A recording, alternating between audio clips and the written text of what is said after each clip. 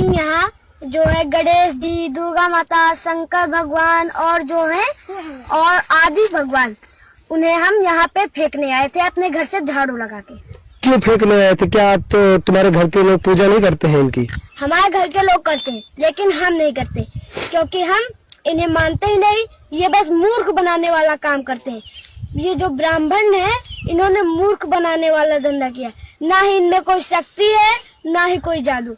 अगर ये सब होता तो हमने इतनी देर से इनको परेशान कर रखा था।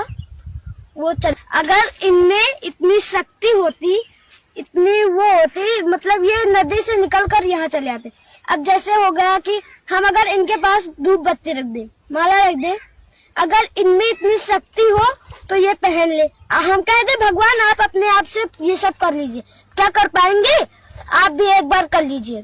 और मैं और एक और चीज बताना चाहती हूँ, जैसे कि अब हो गया, अब जैसे इनका ये मंदिर है, हमारे गांव में भी है मंदिर। अगर हम उनके पास अगर कोई कुत्ता टट्टी कर जाए तो वो उन्हें 10 दिन तक सूंघते रहेंगे, लेकिन क्या वो अपने आप उन्हें बहा सकते हैं? जब वो अपने घर का ही, अपने आसपास का ही वातावरण नहीं सही कर सकते, तो ये हमारा तुम्हारा क्या करेंगे? कहाँ से करेंगे?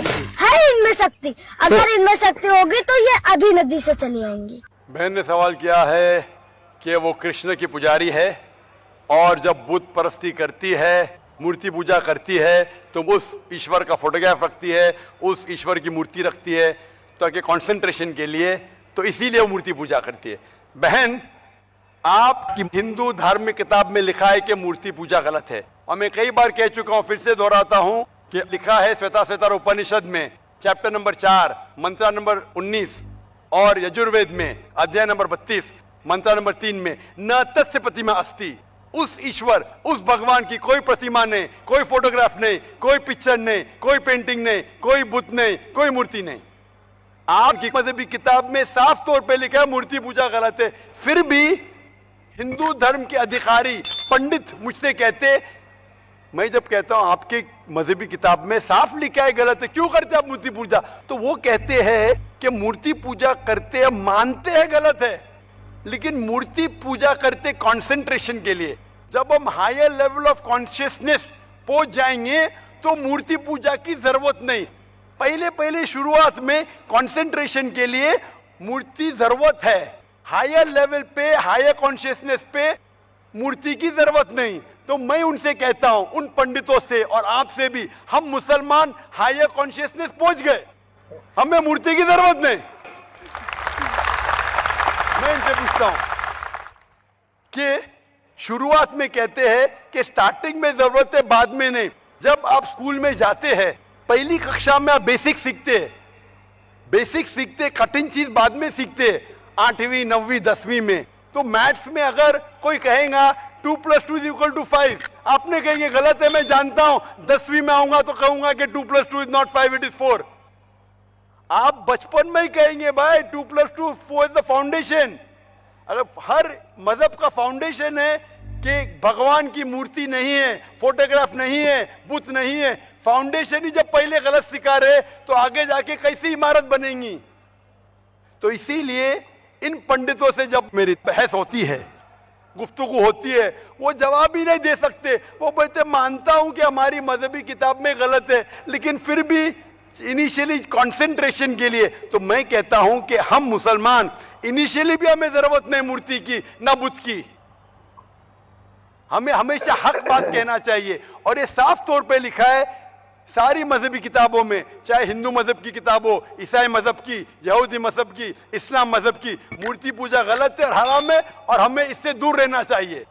हमें खुदा के कलाम पे, खुदा के अहकामात पे अमल करना चाहिए, ये दीन के ठेकेदारों के नहीं। अगर आपको लगता है कि जाकिर गलत है, जाकिर को भी छोड़ो, जाकिर इस्लाम में 0 है। अगर जाकिर वो बात कर रहा है जो खुदा से मिलती है, जो आखिरी पैगंबर से मिलती है, इसीलिए मैं हवाला देता हूं, चैप्टर नंबर वर्स नंबर। इतने हवाले थोड़ी फेंक रहा हूं मैं, आप चेक करो और जाके तहकीक करो, संतुष्ट हो जाएंगे तो अमल करो। तो मैंने इतने हवाले दिया हूं बहन। आप मानते हैं कि बुत परस्ती गलत है अभी? Sir, I completely agree with what you said. माशाल्लाह, आप अग्री करते हैं लेकिन अमल नहीं करते। There's another point of it. So honestly, I am not such a religion follower. I just believe that I have a God, and even today, I haven't read many of the books of religion. I've just read Bhagavad Gita, and When Bhagavad Gita does it say that you have to do idol worship? Sister, I don't want you to be very religious. At least be little religious.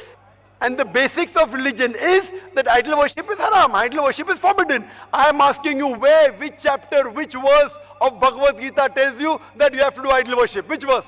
so I would like to say the reason I believe in idol worship. It is when I have a problem, a very big problem, all I do is I close my eyes, visualize and feel my Lord, that is Lord Krishna whom I worship. And it just makes me feel so much better. I get so much strength that I know I'm ready to face any